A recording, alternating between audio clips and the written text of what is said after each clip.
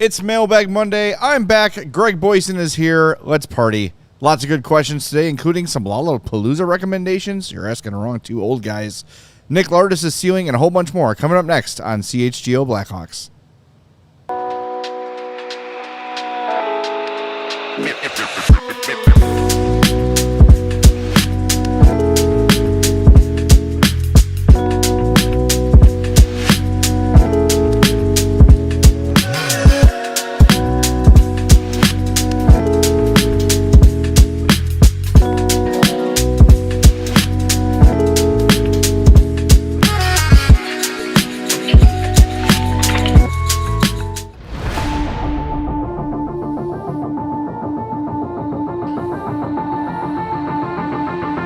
Happy Monday. Welcome into the CHGO Blackhawks podcast. I'm Jay Zawaski with Greg Boysen. Joey's here running the show for us today on this Mailbag Monday. We're glad you're here. Do us a favor.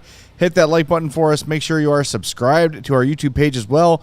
If you're listening on the podcast, we love and thank you. That's how I listen. Make sure you are following or subscribed on your favorite app and leave us a 5-star review on Apple Podcasts or Spotify. And we want to remind everybody that this is your last chance to take advantage of our big sale at ALLCITY.com with the exclusive Hogan Johns merch, the hat, the shirt.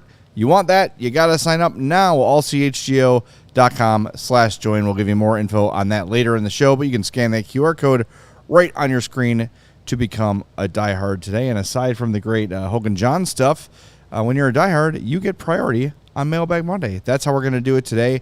But before we do, Greg, we have some news from the weekend. Arvid Soderblom is locked up, a 2-year deal, $2.75 million per year. The Hawks and Soderblom avoid arbitration, so their backup, we think, is locked up for 2 years. Yeah, good for Arvid. Yeah, Easy guy to root for, especially after the rough season he had 2 years ago. This is a contract I don't think anybody ever thought the Blackhawks would give him. really. 2 years ago, 2 summers ago, no way. Like, he was going to get lost in the shuffle in Rockford, play out his last year, and be done with it.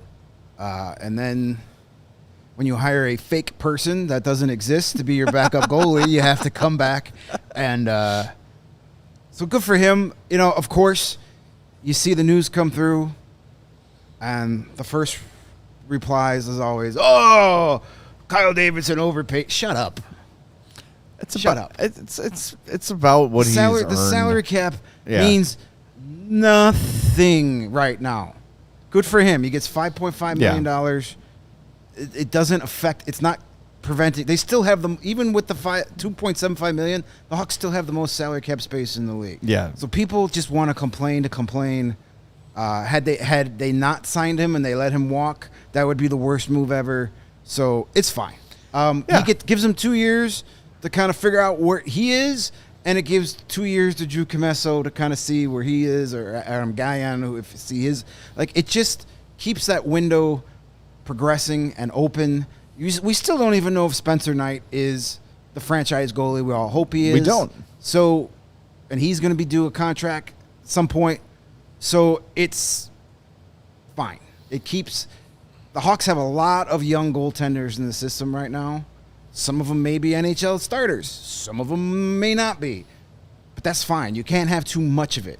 Think about where the goalies were under the last guy. Yeah. It was a position that was essentially, no, we got Corey Crawford. We don't need to worry about it. Oh, no, Corey Crawford's gone. What do we do? Right. There was never a goaltending prospect coming through the system. Not really. Now you just sign guys and short-term deals you'd and find patchwork it.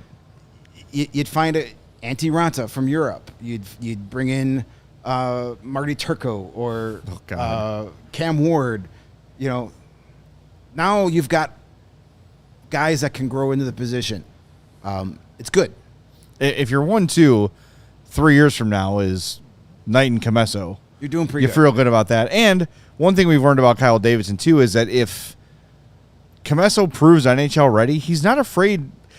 One thing that I think about Davidson so far, and we don't know for sure because a lot of these guys aren't his draft picks, but he doesn't seem to have much sentiment. Like, it's if a guy's better, the guy's going to play. He doesn't really care about, well, this is a nice guy and we want to keep him. Nah, screw that. This guy's better, makes the team better. He's going to play instead. So if Comesso is no longer deniable, like Frank Nazar was last year in Rockford, it said, bye, Joey Anderson. You don't have a long-term future in this organization. We're waiving you. We're sending you down. We're making room for Frank Nazar.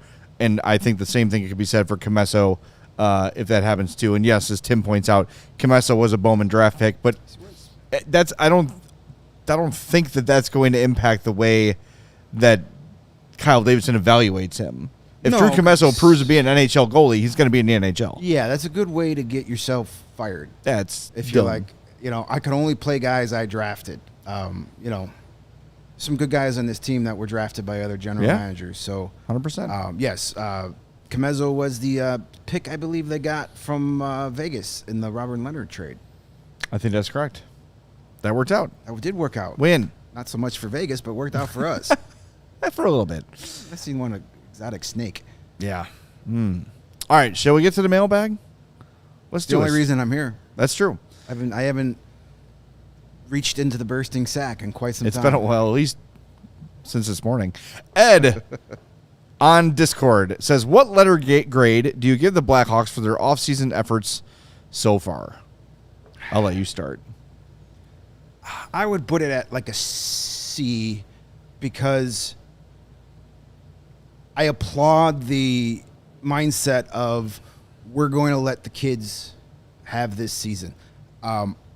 Is it disappointing it didn't go out and add a veteran? Sure it is, but it's disappointing by the expectations that we set. Yeah. I talked about it when I was on the show right after free agency. The whole Hawks are going to get a big guy in 2025 and take the next step. That was our narrative. That was the fan base's narrative. Yeah. We're guilty of that. We sat here right after Connor Bedard, right after the Blackhawks won the draft lottery and started planning like, oh my God, 2025, Bedard's going to have 2 years into it. Look at all these guys, Rantanen and Marner and Leon Draisaitl. That's the year you made. That was our narrative. Kyle Davidson never stood up in front of a microphone and said, 2025, circle it. If anything, Kyle Davidson said, we're probably not doing anything. He stood up and said, stop listening to those idiots down the street on Racine. They don't know what they're talking about. They're making my job harder. Sorry, Kyle. Seat's open, man. We got a seat for you. So, yeah, my expectations of the whole thing were disappointed, but that wasn't the team's expectations. So, there were a lot of people last year that said, hey, why did we sign TJ Brody and Alec Martinez? Why did we sign Craig Smith and Pat Maroon? We need the kids to play. This year they're like, we're not signing anybody. The kids are going to play. No, we need more veterans. Again, the same people just complain to complain. I get it, but this is the year they're going to let the kids try and take that next step, and I applaud that effort. Will the results be good? We'll find out in 82 games. Yeah, I was having a conversation with our sales guy Jim, who is sometimes in the chat. I'm not sure if he is now, and I think we're all. It's weird. We're all of two minds. I'll speak for myself here too. We want this to get better faster. We want the team to be competitive sooner. But at the same time, we all, for the most part, I think, believe in the rebuild, believe in what Kyle Davidson's doing, like the young players the Blackhawks have drafted over the last few years and want to see them play. So it's kind of like two ideologies like pulling at each other. And look, would I have been excited about Mitch Marner? Yes. Brock Besser? Yes. Nikolai Ehlers? Yes. Beyond that, free agent-wise, did anyone really move the needle? Not really. Like, sure, you add a guy that might help a little bit, but I think they kind of did that in Burakovsky. I think he's going to get top 6 minutes all the time next season, so he's going to play a lot, so he'll probably give a little more than Hawks fans are expecting, assuming he stays healthy. Sam Lafferty, you know you're getting from him. Yeah, and Sam Lafferty is a guy that if he's being outplayed by Colton Dock or Landon Slaggert or Samoa Savoy, he'll sit. Get traded at the deadline for a 4th round pick, which is 1 round higher than the pick you gave up for him. Everybody wins. That's it. That's what you want. And I'm going to give it a C as well, but it's the C's I got in high school. Like, yes, I didn't try to do too much, but I passed the class. I think it is a C, just saying it is about average. The Blashill hire is not the most exciting thing. It's not David Carl, but when you hear what he has to say and you look at his experience, you're like, okay, it makes sense. It is a very fine kind of a move. It is a C. It is a C. Yeah. And I think that grade can improve as the season goes on. If we get to the end of the season and all these young kids are the ones that have done the heavy lifting, they're the ones that have the Hawks heading in the right direction, then you can go back and say, wow, okay, that was a really smart offseason by the Hawks. They all these kids are taking the right step. The rebuild is promising. Or if we get to the end of the season and the Hawks have 75 points, but your top 5 scorers are Teuvo Teravainen and Burakovsky and Bertuzzi and Jason Dickinson and Nick Foligno, and none of those kids, then you're like, uh-oh. So I applaud the patience. We saw in Detroit them get impatient a couple years ago, and they had a summer where they brought in all those veterans, Andrew Kopp and, Jeff Petrie, was he there part of that? Yep. And then the next year they bring in Patrick Kane in the middle of the season. They trade for Alex DeBrincat, and it hasn't gotten them anywhere. No. So, this is going to be a really crucial year for the rebuild, because if at the end of the season you're still bottom 6 in the league, which you probably will be, but those important building blocks are leading the way and it's now become their team, you're excited about it. If so many of these guys that you're depending on in your rebuild take a step back or plateau or just flat out look bad, then you might get to next offseason and go, we have to do something to make this team more competitive. Yeah, I think I'm not so worried about point totals in the standings, where they finish. It's how it looks. So it's what you're saying. Like, are these young guys taking a step? Are we seeing point per game or close to point per game from Connor Bedard? Are we seeing a 10% point per game increase from Frank Nazar? Do Levchinov and Renzel play the whole season and look pretty good doing so? Like, those are the sort of things I want to see more than wins and losses. Right. I want to see young guys ascending. That's what's key. Do we have another quick one we can do before we hit the break zone? Yeah, do you want to do a hockey one or do you want to do a fun one? Surprise me. Oh, Doctor. All right, I'll surprise you with this one right here. Oh, wow. All right, JD says, here's my question from the mailbag. Jay, what's your favorite on-air moment from your days at the Score? It's the saga of Not Dead Guy, right? It is not. It's funny. I saw this question because I grabbed him today. Mario usually grabs him. Thanks, Mario. Not Dead Guy is taking on this life that I never thought it would. And if you don't know what I'm talking about, I used to work at the Score, and that's on YouTube, so you can go find it. I did a Chicago voice, and it's like really people loved it. I didn't think anything of it until like weeks after it happened when people kept talking to me about it. I feel like my favorite moments were always like stuff I was listening to. Like most of my favorite moments on the Score were Boers and Bernstein things. And I never really worked on that show full time. But I was on that show. But I would fill in it's when I was show, but when I was a part-timer, I would fill in. Never worked on that show full time, but just the crazy nonsense that happened on that show all the time. It's hard for me to pinpoint one, but I think for myself, the Not Dead Guy thing has really taken on a bit of its. It's funny that after 23 years at the Score, that's what I'm most remembered for. I'll take it. It's I mean, I was a long time Score listener for many years, especially in those early days, and like I think my favorite Score, it wasn't a bit, it was just I loved when Doug Buffon would be allowed to tell stories. Oh, that's and when he told the story about accidentally shooting the hunting dog, just to this day I can't like not think about it and start laughing. Yes. And then the famous Ryan Sandberg interview with your guy Murph. Oh, God. With the dogs barking in the background. Yes. He was trying to get him to talk. No, just my dogs. Just like that stuff like that was always trying to get anything from. I mean, a lot of those former players were tough to interview. Wasn't there an Uncle Fuzzy UFO story too? Yeah. Yes, he thought he saw a UFO. Yeah. Most of my fun memories are off the air, and a lot of those with Doug Buffon, a great guy. man, what was it called? Enoteca. It's closed now. It's on Taylor Street, and it was Dougie, Patrick Manley, Spiegel, Nick Shepkowski, and me went to dinner there, and Doug just told stories. And then there was another one where Doug and Gary Fensick took me and my buddy Tim to Gibson's and just like spared no expense. We had a lobster tail the size of a football. And I was maybe 23, 24. I'm sitting across from Gary Fensick. Like, what is my life right now? That's the sort of stuff where you're like, you got to sit here and talk to me.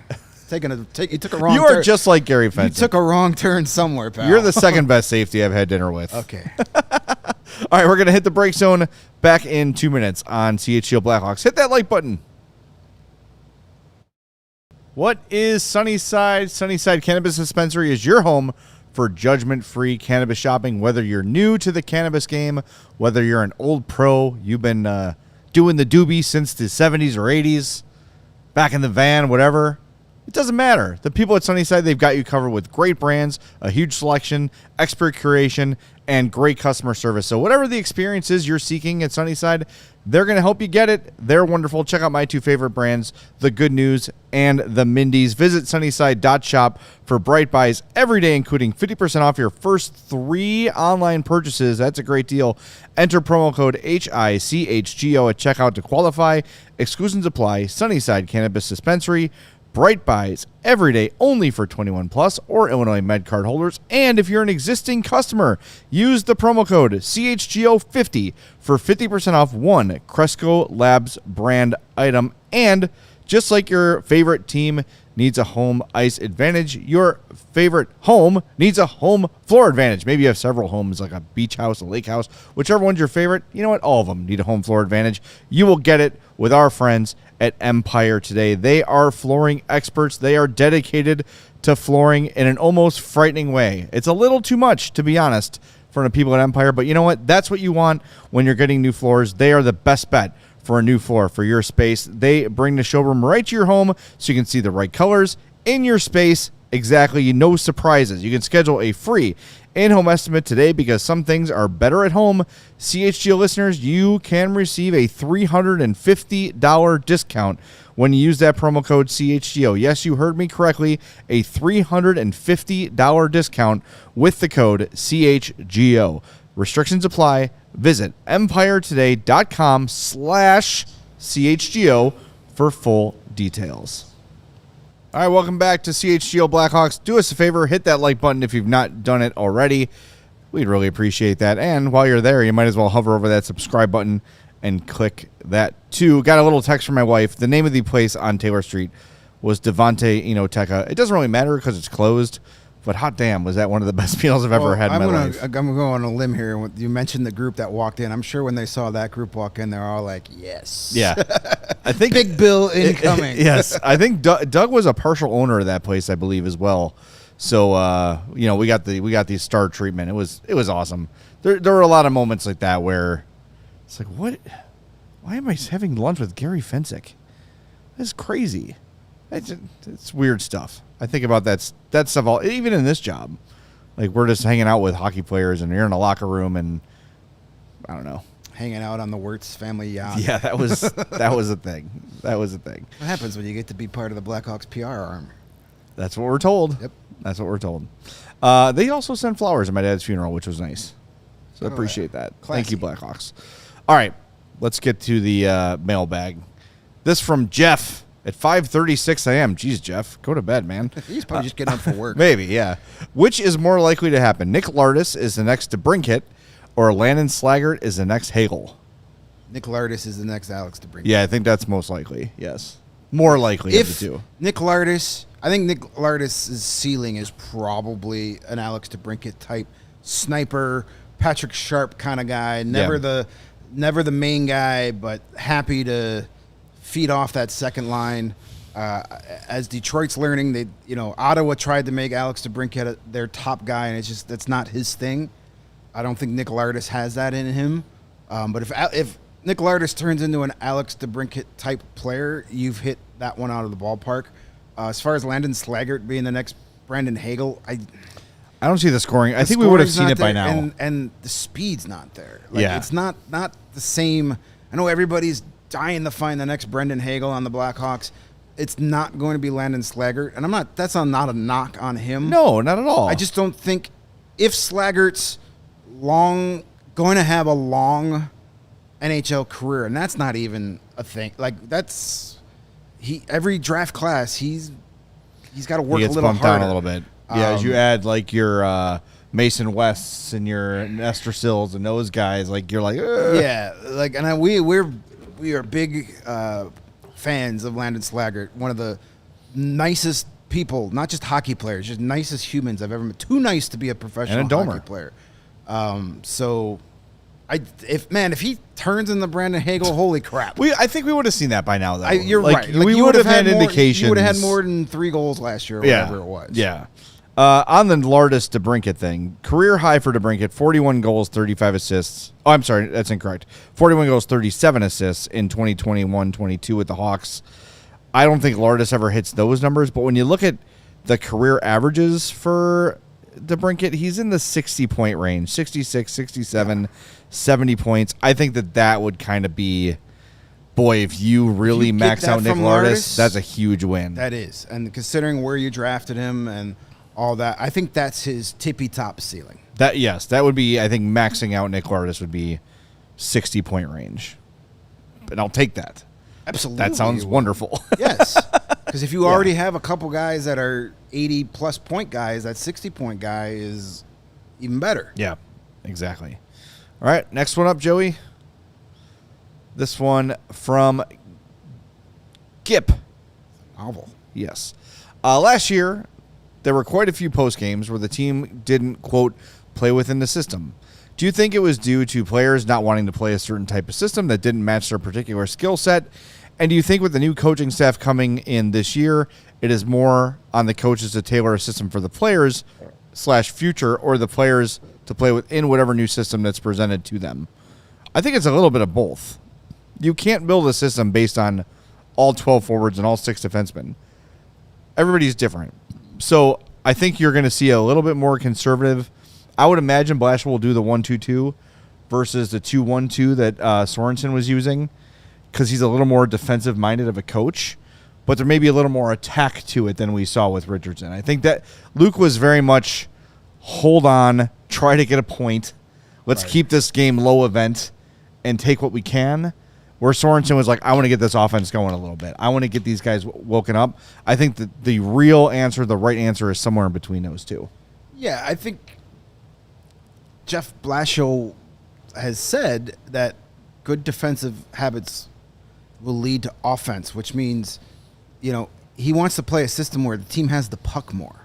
Right. That's key. This team, the last 2 seasons, 3 seasons, 4 seasons, whatever it's been, never has the freaking puck. And when they do, it's a low percentage shot, one and done type possession. You're chasing it again. So I think Blashill wants to come in here and put a system where you're playing better defensively, which leads you to having not to play as much defense. And as far as like players playing out of the system last season, I think there's just a lot of factors that go into that. You had a coaching change midway through the year. Guys start going into business for themselves, especially some of these veterans that are like, hey, I need to start putting my trade value up so I can get to contender this year. So screw the system. I'm going to go out there and try and get a point or make a highlight reel play. And then you get the young guys come in that kind of, used to doing things one way. Yeah. It's hard to get bad habits out of young players. We've been trying to get bad habits out of Connor Bedard for 2 years. That stuff takes time. So I don't think it's cut black and white. Like, well, they just didn't want to play in Richardson's system, but they didn't want to play in Sorensen's system. And plus, if you get to a point of the season where you're kind of like, okay, we know Anders Sorensen isn't our long-term head coach. Let's try and have some fun out here. The players know that, too. Yeah. And I do think, too, you get young guys trying to force things, trying to make an impact.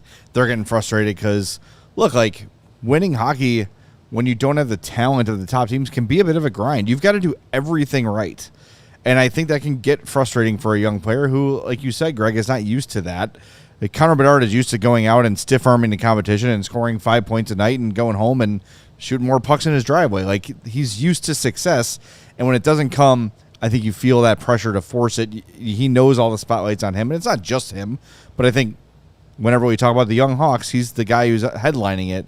I think with a more established and experienced coaching staff, a staff that this team understands is here for the long term, or at least the next 2 or 3 years, and they better buy in, I think you're going to see more of a buy-in. They've got a whole training camp to implement the system. They got a whole season to really, get the players used to it. It's not going to be an overnight thing. You will see some growing pains early in the year, but I think one thing that when Blashill told us is one of the mistakes that he's learned from his time in Detroit, is that you can't panic when you have 2 or 3 games, things aren't going right. You don't have to scrap it all and rebuild. You just have to stick with it and stay with it and trust the process. That's a lesson he learned, and it's a lesson that I think the Hawks are going to have to learn playing for him as well. Don't give Connor Bedard 59 different line combinations. What a concept. Keep it under 20, please. All right. Well, let's get this one in from Heisenberg the 14th. Mailbag question. It seems like more and more fans are starting to expect Frank Nazar to be our number 2 center going forward. Well, I don't think that's a realistic projection just yet. Would you agree? Personally, I loved watching him on Bedard's right wing late last season. They looked great together. In my opinion, they should be side by side all season. Well, I think the Frondell thing adds an interesting element to that because I think they like Frondell as a center. So either Bedard or Nazar is going to the wing, you would suspect. Yeah, I mean, you have other guys in the system who are more centers. I'm not putting down Frank Nazar as a long-term center. I'm not putting in ink that Connor Bedard is a long-term center. If you get really good guys down the middle, you can move those guys out to the wing. If I had to choose to say, hey, you get one of these guys, Bedard or Nazar is going to be a center, one of them is going to be a wing, which is which, I would probably lean more towards Nazar being a winger than Bedard. But, you still have Boisvert coming up. He's a center. Maybe he gets that second. Yeah. Maybe your top 2 centers are Frondell and Boisvert. And, and then you have both those guys at the wings. Maybe you go out and you acquire a center, a young center over these next year or 2 that was not going to be in the mix at all. So much like goaltending, you can never have too many guys that can play down the middle. But at some point, you need to start dominating the center of the ice. And if Bedard and Nazar can't give that to you consistently, then you probably have to look for different options down the middle. When Clout says, I personally don't think it matters if Bedard plays center or wing, I think people make a bigger deal than it is. I think Bedard especially, he's a unique player where he is a puck carrier. He is a guy who will shift through all areas trying to find his open ice. I think wherever he lines up, he's going to kind of play the center's game where he's kind of everywhere, right? Almost like a rover is kind of the way that Connor Bedard plays, and I think his line mates will have to adjust to where he's going. And I think when you talk about a guy who's generational and that can change a game, people get really hung up in the numbers and stuff like that, which will come. The numbers will come for Connor Bedard, but I think he's kind of a unicorn in the style in which he plays, where he'll just kind of zoom all around the zone and try to. You watch him on the power play, you see it illustrated a lot right there, but I think you're going to see it to at even strength, where he's just kind of zipping everywhere. Maybe he takes the face off, maybe he doesn't, but you're not going to see him playing a traditional role of a center or a wing. He's just kind of be the dude on that line, and everybody else will kind of figure it out. The most important thing, offensive shifts, guys just don't stick in their little box. They don't stay. You go where what the play dictates, where the puck moves. Center is more of a defensive thing too. There's where the responsibility of a center becomes more of a critical issue is defensively. So if those guys can pick up their defensive game, then okay. But if not, then you may have to look for, different options. But that's why you draft a guy like Frondell, who is a two-way center, player, and that might be your top guy here. I wouldn't mind seeing, like you said, Frondell and Bedard, and Boisvert and Nazar. Sure. as pairs, or flip them however you want. I don't care. Just those 4, very exciting. And guess what? You're probably getting a lottery pick next year too. So probably keep that in mind. All right, we're gonna hit the break zone again. Let's get over. What do we got? 65 likes. That's not nearly enough. For every time you hit the like button, the humidity goes down 2%. That's a guarantee. So hit that like button. We'll be back with you in 2 minutes on CHGO Blackhawks. It's hot.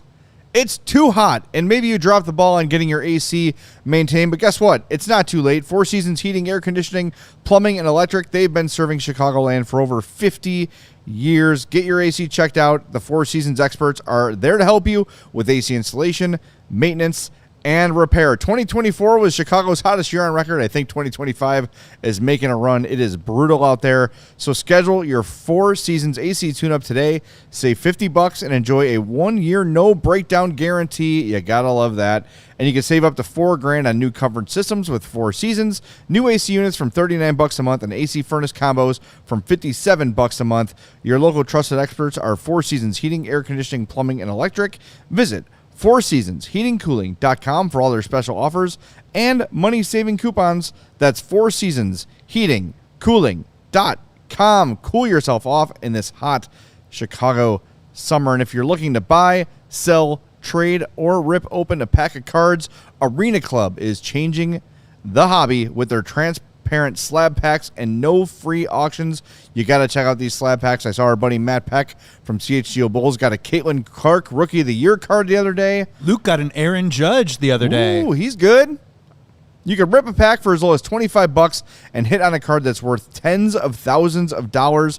Arena Club is the most trusted name in the game, and every pack has grails that are at least 20 times the price of the pack. That's a great deal.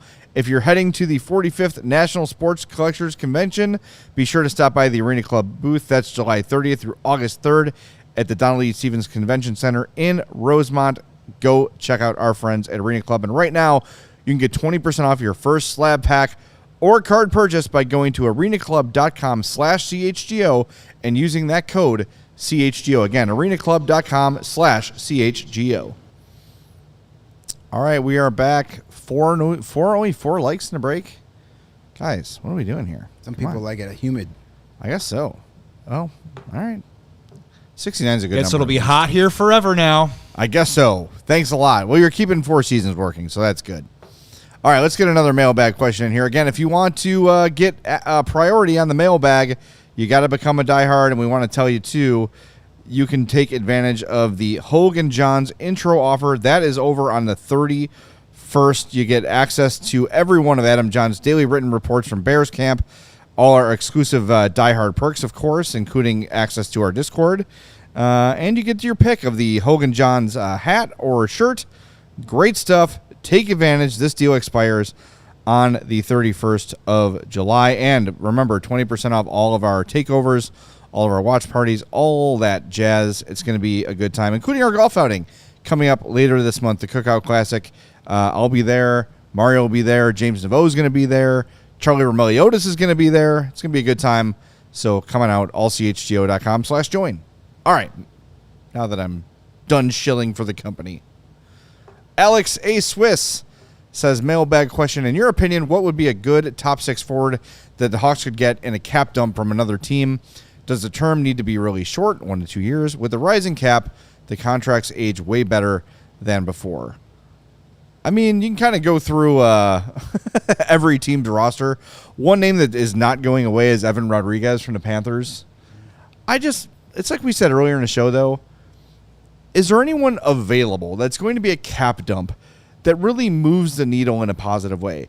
Maybe a guy like Evan Rodriguez comes in here, scores 50 points. You get a few more wins, but ultimately you're just blocking a young guy from playing on the team. Yeah. Evan Rodriguez at this point is really good because he's on a team that plays him in the perfect role. And I don't know if the Panthers really need to make a cap dump. I know they're over the cap, but a lot of reports are that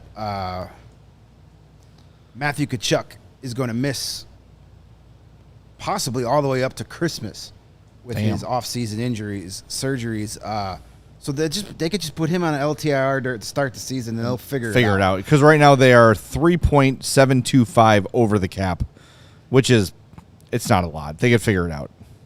Yeah, they'll figure it out. Rodriguez, I would think maybe another contending team would want to, because Rodriguez is a guy that has been on a couple of different teams, and then all of a sudden he gets to the Panthers, and he's all of a sudden this great fit because he fits that mold. Sam Bennett was, not the player he was until he got to Florida. Same with Sam Reinhart, and a lot of these guys, for whatever reason, they get to Florida and they become these great players because they play within the system. They're the perfect fits for what they're trying to do. I don't know if there's a top 6 guy necessarily out there. 2 names that I would definitely keep track of, but probably unlikely. We still don't know what's going to happen with Jason Robertson because a guy like Evan Rodriguez, he's not here for the future. Yeah, he's 32. That's a guy that, as you said, blocking a spot. I'd rather have Landon Slaggert and Colton Dott figure out if they could be NHL players this year than have Evan Rodriguez playing on the third line. Rodriguez had 32 points last year. Could Doc have 32 points this year? Certainly. Sure. I'd rather have him try than have Evan Rodriguez, who you would probably just end up trading at the trade deadline to the Edmonton Oilers anyway, or back to Florida. Right. Because it's the last year they can get away with the no salary cap in the playoffs. So, 2 guys. Jason Robertson is a guy. That's a huge one. That's a guy that 23 years old. That's a guy that moves the needle for a long time. He all of a sudden becomes your second best player behind Connor Bedard for the long term. That will be costly. If the St. Louis Blues are serious about trading Jordan Kyrou, that's a guy I make a play for. Sure. You're probably I don't know why they're doing that, but okay. I don't know either, but he's only one guy, 1 year into his new deal. That's a guy that I think would fit the Hawks really well. And again, I would still love it if you went out and offer sheeted the hell out of Mason McTavish at this point. What are you waiting for? Yeah. Put some pressure on little old weird Pat Verbeek. Make him make a move. That's a guy that would fit long term. So if I'm making a big move between now and the start of the season, it's not to help out a team get under the salary cap. It's to help the long-term future of this team. Add another cornerstone type player, not to just add a guy because he helps us get to the cap floor. So if you could offer sheet Mason Marchment, you'd have to do it for under $7 million. I always do that. Thank you, Mason McTavish. I don't want Mason Yes. Marchment. For under $7,020,113. Very specific. Okay. You still got to give up a first round pick next year, and that means you're giving away a shot at Gavin McKenna, which would be wonderful because I'm tired of hearing about Gavin. But he's going to the Penguins, and we all know this. Right. It's been fixed. It's 21 years. Yes. They're threatening to sell a team. Every time they threaten to sell a team, generational talent number 1. Oops. He's already in Pennsylvania. He's going to Penn State, so he doesn't have to move he's right far. there. Like right there. Yeah, it's so. Yeah. And if you, by the way, if you offer sheet less than that, Anaheim's going to match. Well, that's fine. Then you let a Western Conference rival pay more than they want to. Sure. Either way, you're forcing them to make a move they don't want to. Say they only want to give him $4 or $5 million next year. Now you're forcing them to give him more money in longer term. The Sharks used that against the Hawks. They did? They made him choose between Jarmelson or Niemi. And made the right choice. They definitely made the right choice. At the time, I didn't necessarily agree with that, but hindsight's always 20/20. Yes, and that's why we are not GMs. We just host these dumb shows. We just play one on TV. But the other thing, too, the Hawks have to remember is if they do offer sheet McTavish and it costs the first, you're giving Anaheim a shot at McKenna, too. 2 shots because they have their own. Yeah, and then that's a guy that's a team, rather, that should be right in line with the Hawks when they start contending again. It's going to be the Sharks, it's going to be the Ducks, it's going to be the Hawks. If these all work out as people think they're going to, you don't want that there. Right. So that's something you got to keep in mind as well. So we'll see. Alberto says it seems like Pittsburgh is the only team that would be looking for futures for their players. Would you be interested in Ricard Raquel or Ryan Rust in a trade for futures or prospects? No. That's what I'm saying. It's nothing against those guys, but they don't help enough for me to block a roster spot. It's like it's the same as the Rodriguez conversation. I don't want to block a roster spot for a young player to make the team just slightly better. Right. No, agreed. This is a year to let these kids who are ready to become NHL players become NHL players. Both of those guys are really good players, but they don't do anything here. They're not going to be here long enough for when it matters. You're over the cap floor. You don't need that. You're fine. You're just preventing, Oliver Moore from getting a legit chance of playing up here this year. That's more important to this team right now. So, I think I understand where he's coming from, though, and a lot of these questions are fans want this team to be better next year, and I get it. Like I understand the impatience, and like we said earlier in the show, there are nights where we're like, oh, another grind of a loss, and just the light at the end of the tunnel seems so far away, but the quickest way to the end of the tunnel is by developing these young players and doing so at the NHL level if they're ready to do that. So, yeah, again, nothing against those guys. I just don't think they make the team. Again, if we're talking about Marner, that makes the team significantly better by adding one guy. Right, and he's the guy that would have been here for 7 years. Correct. He would have been part of the long-term rebuild process. Brian Rust is not going to be that guy. He's going to be here till his contract ends and probably get traded before then. I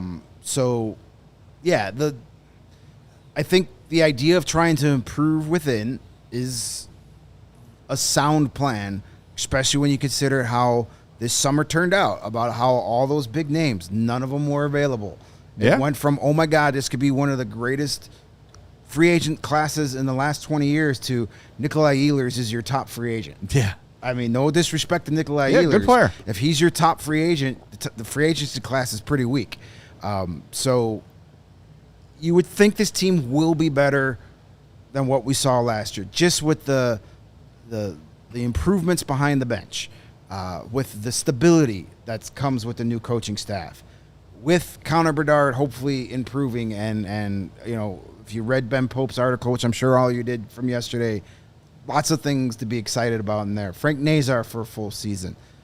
Some of these other guys coming on. You've got Spencer Knight for a full season. That should be worth at least another 6 to 8 points.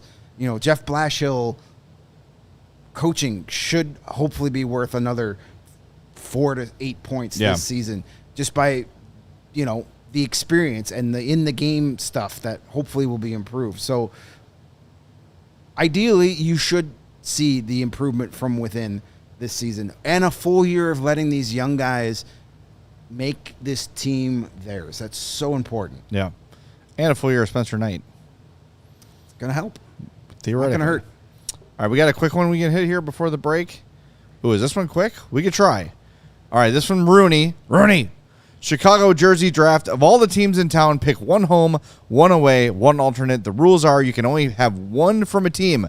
So if you pick the Hawks home jersey, you can't pick their away or alternate. Okay. All right, Greg, you get the first pick because I'm nice. All right. Then I will take the Blackhawks white jerseys. All right. I love the white jerseys. Something about those with the white helmets. It reminds me of my childhood because that's what they wore at home, and the only time you could go see those was in person. Yes. They weren't on TV, so it was like special. The red jerseys are awesome, but you saw those on TV. Yeah. So seeing the whites in person was special. That's my pick. That would have been my pick, only time too. you can see them was the Hawks whites. All right, I'm going to go with the Bears home uniform. Just a blue jersey. Okay. The Bears home uniforms are perfect. Yes. Don't screw it up. Yeah. With the orange crap. Yep. I am going to take the traditional Cubby blue pinstripe home jersey. That's as good as it gets as far as home baseball uniforms. Love them. Okay. I'm going to do one that no one's going to pick. I'm not a fan of this team. The gray White Sox jersey. Finally, someone. It's a good jersey. Underappreciated jersey in Chicago sports history. It's an incredible, iconic logo. Awesome. You can say what you want about the team, but it crushes. The script Chicago with the diamond sock logo. It's a solid one, yes. They look awesome. The striping is perfect. They don't wear them nearly enough. The socks road grays are outstanding. Those are good. As a Cub fan, I can admit that. Yes. I'm going to go a little off the board for me. Okay. For my third, I'm going to take the Bulls alternate. It's that one. Oh, the right pinstripes. There. The black with the red pinstripe. The late 90s, the Late second 90s, the second yeah. three-peat one. We have it. You can't see it in the shop, but we have a Jordan one back there framed. But the black with the thin red pinstripe Bulls jerseys. I'm a sucker for pinstripes, and that one was great. All right. Now, I don't know if this counts. If I'm off base, let me know. I'm taking the blue Cubs pullover jersey. The V-neck pullovers from the 80s 84? with the big yes. They wear them occasionally as throwbacks? Sure, but I mean it's a jersey Does that that count? existed in Chicago. All right, I'll take it. If I could take a Bulls jersey from the 90s, you could take a Cubs jersey from the 80s. I know there's only one Hawks jersey taken. Well, I didn't want to be. I couldn't. Only need one. Yeah. Only need one. You didn't take one to one. rule them all. Hawks guy. I know. I thought about the red, but I wanted to make sure I gave the Sox some credit for the Grays You don't have to do it. on the best weekend of their year where they won 1 out of 3 games and acted like they won the damn World Series. Hey, Congratulations on taking 1 of 6 games from the Cubs this year. That is their World Series. Here comes these your days. parade. All right, we're going to hit the break zone one final time. Hit that like button. And if you are mad about what I said about the White Sox just then, remember I took the gray jerseys in the draft, so we break even. Talk to you in 2 minutes. About 15 minutes ago, I reminded you how freaking hot it is outside. And if you've been outside for more than 35 seconds, you probably stink. Unless you've been using Mando. See, if you've been using Mando, as we've been telling you to, you're going to smell delightful. No matter how hot, no matter how humid it is, Mando is whole body deodorant. It's safe to use anywhere on your body. So it's not just your pits. It's not just your chest, your underboobs, whatever. Your cracks, your balls, your thigh folds, anywhere that might stink, you can put Mando on it. It's created by a doctor who saw firsthand how normal BO was being misdiagnosed and mistreated. Check out my favorite scent, the Clover Woods, and Mando Starter Pack is perfect for new customers. It comes with a solid stick deodorant, cream tube deodorant, 2 free products to your choice like the mini body wash and deodorant wipes. Keep those in your glove box. And free shipping and a special offer for our listeners. New customers get 20% off site-wide with our exclusive code CHGO at shopmando.com. Please support our show and tell them we sent you. Smell fresher, stay drier, and boost your confidence from head to toe with Mando. And get yourself a new car. Ray Chevy in Fox Lake is firing off fireworks for this July with big savings all month long. Come in today to shop the Freedom to Save sales event and drive home with $10,000 off MSRP on new Chevy models. Or check out their selection of over 125 vehicles priced under $20,000. As one of the top-selling Chevy dealers in the Midwest, they're able to keep their prices competitive, so you know you'll get a great deal. Plus, Ray's Price Promise lets you shop confidently because the price you see is the price that you pay. That's how you want it. Go find out for yourself. Visit our partner at their convenient location right on Route 12 in Fox Lake, and don't miss out on their Freedom to Save sales event going on all July long for $10,000 off MSRP on new Chevrolet models. Shop Ray Chevrolet in Fox Lake or at raychevrolet.com. All right, welcome back. And as Joey says in the chat, we're 9 likes away from 100. Ho's going to step up. I'm getting step edgy. Up, Hose. It's an edgy start to the week. Just get us to 100, will I you? believe that's Joey's new single that's about to drop on Spotify. Ho's Ho's gonna gonna step up. And I'm also playing Sunday at Lollapalooza, so just check it out. That's like my daughter today texted, I'm going to mow the kitchen floor. I'm like, great. I don't know how you do that, but she meant mop. Just as long as it's clean when you're done with Yeah, it, go for it. All right, let's get another few Come over to questions my house in here. and move my kitchen floor when she's done with that. Yeah, for sure. All right, here's oh wow, this is long. Okay, from Scott, Iowa 23. Crazy late July idea. We love those. No more Perfect draft time for lottery. one of those. Teams drafting 5 through 32 are locked in by season standings and playoffs with Cup champion 32nd. Okay. Team 3 and 4 play in a single elimination playoff with loser getting the 4th pick. Winner plays the second worst overall team. The loser gets the 3rd pick, and the winner plays the worst record team for number 1 overall pick. The winner of that gets the number 1 pick, and the loser gets the 2nd pick. So a step-ladder bracket for the number 1 pick. Okay, I see what you're saying. So take the bad teams, have them play in a mini tournament, so you don't have teams tanking necessarily. You actually want to win and play to win the number 1 overall pick instead of a draft lottery. Once you've tanked the entire season. Right. I kind of like that. I don't hate that. It's better than just leaving it up to some random machine. I always thought if you want to get rid of tanking, that the team that gets the number 1 overall pick is the last team that misses the playoffs. So, or the first team that misses the playoffs. So if you're team 17, or if you're the 9th team in the Eastern Conference and you just missed the playoffs, you then get the number 1 overall pick because you tried to win that year. It just didn't happen. That prevents tanking. It does prevent tanking, and then everything else goes in the other order. Okay, all right. I think it does prevent. As long as the other stuff remains. Yeah, then number I think 2 it's okay. then is the worst overall team. Number 3, I don't hate you that. don't flip the whole draft order. Just whatever the last team that didn't make it to the playoffs, the first team cut, gets the number 1 overall pick, kind of like the Rangers did when they got Lafreniere because of the stupid bubble playoffs. That's how you prevent tanking. All right, Larry, I think it was, in the chat, pointed out the process of the PWHL. The gold plan will assign the first pick in the 2024 draft to the non-playoff team that accrues the most points. That's what you're talking about. Yeah. That's the gold plan. The PWHL uses that. I think that's It's interesting. It should be the way in every sport. If you want to get rid of tanking, don't reward the worst team. I wonder who had the best, let's see, NHL standings, who had the best point total that didn't make the playoffs last year. Let's see. That would be the Calgary Flames. Yeah. So the Flames would have gotten Matthew Schneider. Schaefer. Sure. Matthew Schneider is retired. He might come back. You never know. The old Hawks would have signed him at this age. That's interesting. I kind of like that. I like that. All right, I'm in. Let's do it. Next CBA. It's down. All right, let's get another one in here. All right, George says, Lollapalooza weekend coming up. Who are your top 3 artists to see or watch on the live stream this weekend? Yes, I will not ever attend Lollapalooza. I'm too old, too fat, too tired, and too sore. Too out of touch. Yes, and too out of touch. I know, aside from the headliners, which I know you have the lineup here, Tyler, the Creator, Olivia Rodrigo. This is the most prep we did today, by Corn. the way, before the show. We Luke did a lot Combs. Give of away our prep. secrets. All right, headliner is Thursday. Tyler, the Creator. Luke Combs. Okay. Is he one of those One of the random country people. country Yeah. cookie cutter guys? Yes. He has Luke in his name, so he's got to be famous. Yes, exactly. Olivia Rodrigo. I've heard the name. Corn. Rufus Du Sol. Nothing. Is he related to De La Soul? I don't. It's his brother. Twice.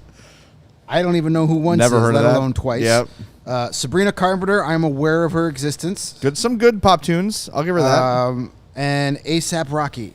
I've heard of that. I've heard of the person. name. I've heard the name. Katie, is ASAP Rocky a person or a band?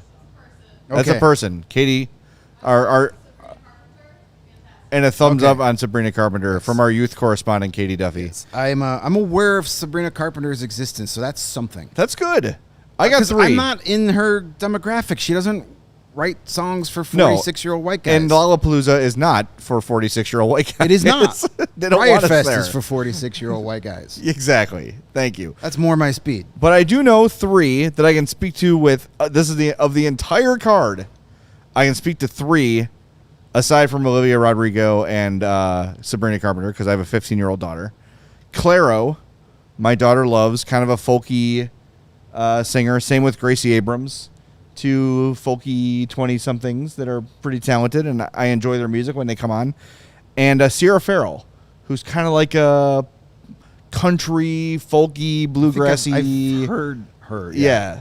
And not easy on the eye is Sierra Farrell. Okay. So, yeah, there's 3 bands that I know, aside from the headliners. Yeah, I struggled with this. Jay and Joey gave me the heads up on this one, and I literally had to stare at this lineup for like 30 minutes before I can go, oh, yeah, that band. Oh, my wife tells me A$AP Rocky is the father of one of Rihanna's babies. That's not an exclusive club. Way to go, A$AP Rocky. My favorite is the nostalgia. 3-2 Now pack. at this point, we've gotten to the point where everyone's like, remember when that one band went bapa doom bapa dima? You talking about Hanson? Yeah. They're playing Riot Fest this year. That's not even a joke. They're literally playing Riot Fest Okay, this year. that's how old we are. All right. Friday is my Lollapalooza day because that has 3 bands that I could actually recommend. Korn, because I know them. And if they open with the song Blind, that will be worth it. The beginning of that and the build-up, they should never open with another song. I would recommend Bleachers. They've played Riot Fest a couple times. They played 2 years ago, I think. Not necessarily my favorite type of music, but they have a lot of energy. They put on a good show. And then I'm going to recommend T-Pain. Just the hopes that he does his cover of War Pigs. Have you seen his cover of War Pigs? Yeah, and he will do it, I would assume. It is awesome. Because in that, like, I had no idea until I saw that, and I only saw it recently until after Ozzy passed away. I never knew that existed. It's good. That was the first time I realized T-Pain can actually sing. He doesn't need to have the annoying auto-tune on at all times. So I would go with check out the T-Pain set in hopes that he plays his cover of War Pig. Tyler, the Creator, is huge. My daughter loves him too. I'm aware of him and his thing. It's just I couldn't tell you what he does. And Michael Evans says there's a band there named Tesla, but it's not the Signs love song Tesla. It's double S Tesla. It's not the Jeff Keith, Tommy Skio Tesla. Frank Hannon also. Good guitar duo, Tesla. Check them out. They're from the 80s and 90s. Hey, Weird Al. Wait, Weird Al's at Lala? No, Weird Al is at Riot Fest. Oh, Riot Fest. Yes. Okay. No, we're talking about Lala. No, we're talking about Lollapalooza. This would be so much easier for me. I could do a whole. We got the Get Off My Lawn SWAT. I could do a whole episode on this year's Riot Fest lineup. No. They asked us about Lollapalooza. We are wasting valuable bandwidth. All right, there's some I missed. My wife is angrily texting me, and she's watching the show. Why is she? DeJoe, we know DeJoe, who sings "When I'm Back in Chicago, I Feel It." That's the guy from Stranger Things. Yeah, Steve Carrington from. No idea. And then Remy Wolf, who I just discovered this weekend. Remy Wolf is good. Okay. She's awesome. So I didn't know Remy Wolf was there. So check out Remy Wolf. And my wife recommends the Marias. Are they like the Lindas? I don't know. Okay. I don't know. So there you go. Cool. There's some. Which Stranger Things guy is in the Steve, band? the guy with the hair, the mullet guy. not the kid with the teeth. No, he's in a band though. Several right? of them have he's bands. He's like a Broadway. He's like an amazing singer. right? I don't know. I thought he had a band, right? Finn Wolfhard has a band. The skinny guy who's in love with Eleven. Dustin Right. from And Stranger then Things. Dustin had a band, Dustin's also in a band. I don't know the name of it. Yeah, And then okay. Steve's in. Okay. He is in. His name is Galen Matarazzo, but I don't know the name of his band. Is this something popsicle? Work in progress. Work in progress. Okay. Whatever. All right, cool. All right. Sorry, everybody. Hey, how about you kids all stop touring in bands and go make that final season of Stranger Things already? You guys are going to be in your 30s by the Coming in time November, it's over. they finally got it in the can. Demogorgon. Yeah, like why don't we put a nice stamp on the end of that? Really? Millie Bobby Brown's like married with no children yet. Isn't she married to a Bon Jovi? Yes. Yeah. Correct. She is. She married Bon Jovi's son. Yeah, they're all grown up. All right, Lebowski's yelling at us for not talking hockey in July. All right, one more before we go. Let's do that one. It's not a hockey one. Just to spite just to piss off Lebowski. Lebowski. This is from Warren Bedard. She says, watching the movie Nonas on Netflix last night inspired this question. Fantastic movie if you haven't watched it. If you were to specifically open a restaurant with your grandmother's, where she is the cook. Okay, sorry. I read that wrong. That looked weird to me, too. What kind of food would you serve, and what would be the house specialty? Oh, man, if my grandma's cooking, it's Polish sausage with a crap ton of sauerkraut, pierogies, and her specialty was fried chicken, and she'd fry the chicken, put the chicken in the oven with a pat of butter and onions on it, and let the butter melt on, just to make the fried chicken even healthier. And she would melt it with the onions on there, and it had this perfect taste to it.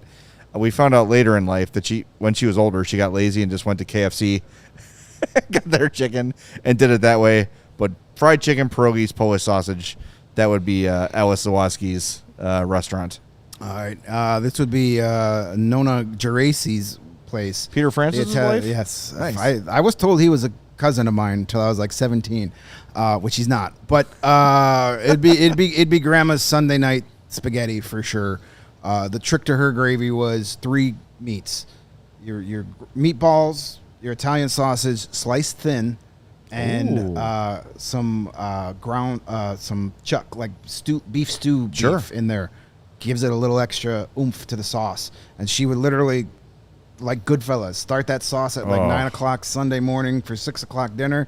That's what you would serve. But we'd have a side of my other Grandma Boysen's, my favorite side dish of hers. She made the world's best green beans with a little bit of bacon and onions in it. I don't know what it was, but just green beans with bacon and onions in it. It was amazing. Hold the onions, hold the green beans, and I'm in. Cool. All right, thanks everybody for watching. Thanks for getting us over the 100 like mark. We'll be back tomorrow at 2. Don't miss it right here on CHGO Blackhawks.